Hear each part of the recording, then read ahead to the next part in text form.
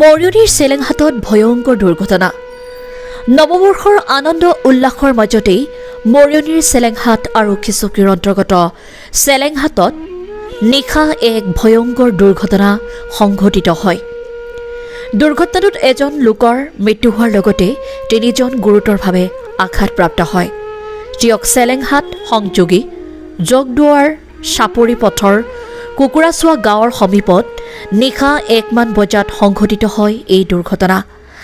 AS33A3801 Bolero বাহনখনে ঘন কুঁৱলীৰ বাবে পথৰ কাষৰ গছত খুন্দা মৰাৰ ফলত সংঘটিত হয় এই দুৰ্ঘটনা।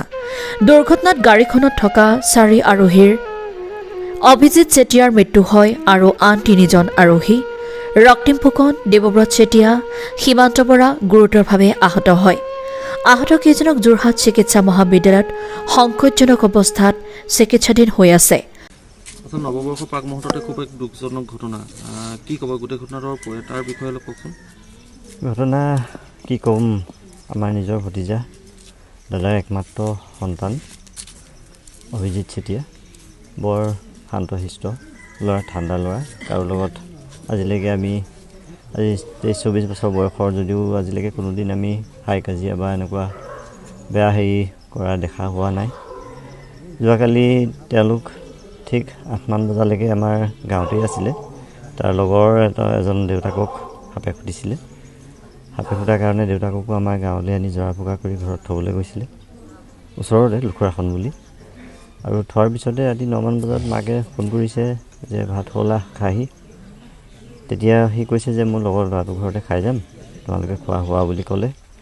তাৰপিছত হয়তো চাগে তেওঁলোক ক'লৈ গ'ল কি গ'ল ঘৰতো গম নাপায়। আমি ৰাতিপুৱা গাঁওবুঢ়াই যেতিয়া খবৰ দিছেহি, থানাৰ পৰাও ফোন কৰিছে, আমি তেতিয়াহে খবৰ পাইছোঁ। এটা শোকাকুল পৰিৱেশ, আমি সকলো ভাগি পৰিছোঁ, মৰ্মাহত হৈছোঁ। যিহেতু একমাত্ৰ সন্তান আৰু এই বৰ্ষতে ফাগুন মানলৈ ঠিক বিয়া বাৰুৰ কথাও চলি আছিলে। গতিকে কি ক'ম, আমি ভগৱানৰ ওচৰত প্ৰাৰ্থনা জনাইছোঁ যাতে এনে দুৰ্ঘটনা আৰু নতুন বৰ্ষত কাৰো নহওক, ইয়াকে জনাইছোঁ। লগৰ 4জনৰ লগত তাহাঁতি ওলাই গৈছিলে ঘৰৰ পৰা, জানুৱাৰী বুলি কিবা খানা খাবলৈ গৈছিলে আৰু চাগে। আৰু তেনেকুৱা মানে ইমান হেৰিও নহয়, উদণ্ডকৈ হেৰি কৰা ল'ৰাও নহয়, গাড়ী চলোৱা ল'ৰাও নহয় তাহাঁতি। তাৰপিছত এবাৰ 4টামান বজাত নে কিমান সময়মানৰ ঘৰৰ পৰা ওলাই আহিলে। তাৰপৰা চাগে 12টামান বজাত হৈছে নেকি ঘটনাটো। ঘৰলৈ ঘূৰি যাওঁতে কুঁৱলীত নেদেখিলে চাগে, তেনেকুৱাই হ'ব আৰু। যিজন ঢুকাইছে তেওঁৰ নামটো অভিজিত চেতিয়া।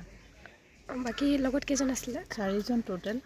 তেওঁলোক বাকীকেইজন কেনেকুৱা অৱস্থাত আছে? এজন অলপ চিৰিয়াছ বুলি কৈছে, বাকীকেইজনৰ হাত ভৰি ভাগিছে। মৰিয়নিৰ পৰা দেৱবিকাশ দত্তৰ report, Assam north east news live.